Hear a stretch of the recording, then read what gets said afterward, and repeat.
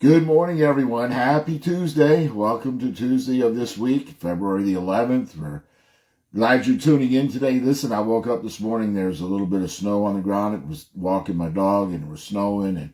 But it's a perfect kind of snow. It's the kind of snow that is just on the grass and the ground and not on the parking lots, not on the roads. And, you just kind of drive. So it looks just perfect.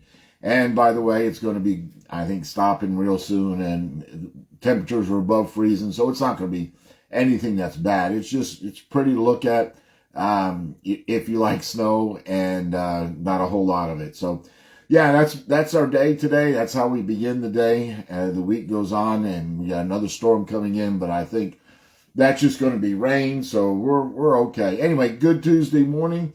My name is Wes. This is Coffee with Wes. And I serve as the interim pastor at the First Baptist Church of Cutler. And again, let's go ahead and get started. I want to get started with a question this morning, and it's Tuesday, so it's Question Tuesday, I guess. Have you? Now, you may never have thought about asking this for yourself, so I'm going to ask it anyway. And this is the question: how should followers of Jesus behave? How should followers of Jesus behave? I mean, what should we do? I remember growing up, my mom, we were teenagers, my brother and I were teenagers, and we get ready to go out, 16, 17, whatever, and we'd say, Mom, we're headed out, and she would always say, just about every time, she would say, now remember who you are. Remember who you are. And she wanted us to remember that we were Hensons, and there was a certain way that we were supposed to conduct ourselves. I don't know exactly what way that was, but we were, we were to take that into consideration. So how should followers of Jesus behave? Remember whose you are. Remember who you belong to. Now, this week we're focusing on Colossians chapter 3, and we're going to be looking at verses 12 and 13 today. And Paul, in these verses, is clear as to how we should behave as followers of Jesus. So how should we behave? Well, listen to what Paul says in Colossians 3, 12 and 13. This is what he writes. He says, therefore, because you are God's chosen ones, holy and dearly loved, put on. So here's a set of clothes you to put on, so to speak. Put on compassion, kindness, humility, gentleness, and patience, bearing with one another and forgiving one another if anyone has a grievance against another. And just as the Lord has forgiven you, so you are also to forgive. And so there's his list. That's how we're to behave. That's how we're to conduct ourselves as followers of Jesus. We're to put on compassion. We're to be compassionate. We're to be kind. We're to be humble. We're to be gentle. We're to be patient. We're to bear with one another. You ever hear that? Bear with me, folks. Bear with me. We're to bear with one another, and we are to forgive one another, even if they come against us with something that is not good.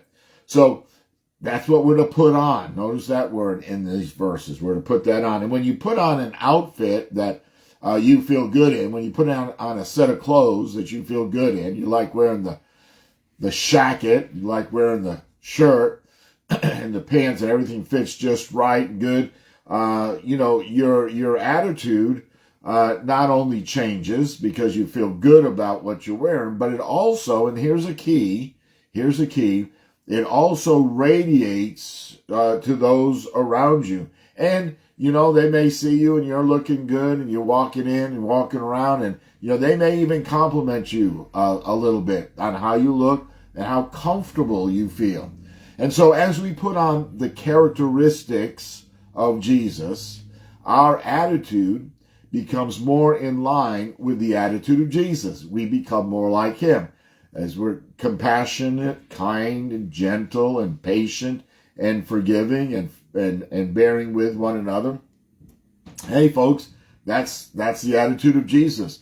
In fact, in Philippians chapter 2, Paul reminds us that we are to have the same attitude that Jesus had.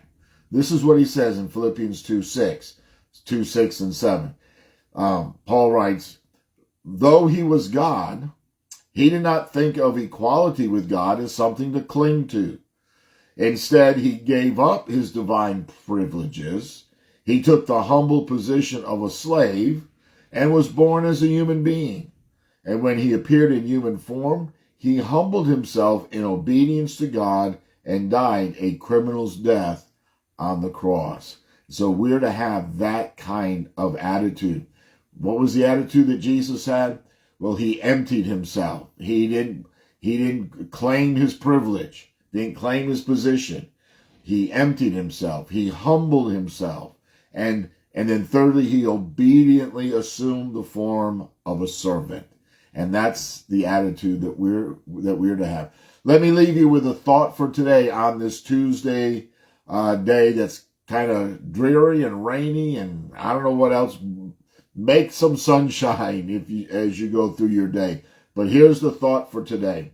May we strengthen our Jesus attitude in serving others. May we strengthen our Jesus attitude in serving others. So that's our thought for today. This is Coffee with Wes. We didn't drink much of the coffee, but we're going to. Okay, you all have a great day. Hope you get a lot done today. Make it a good day. This is the day the Lord has made. Let us rejoice and be glad in it. Seize the day. Carpe diem. Okay, bye for now. See you again real soon.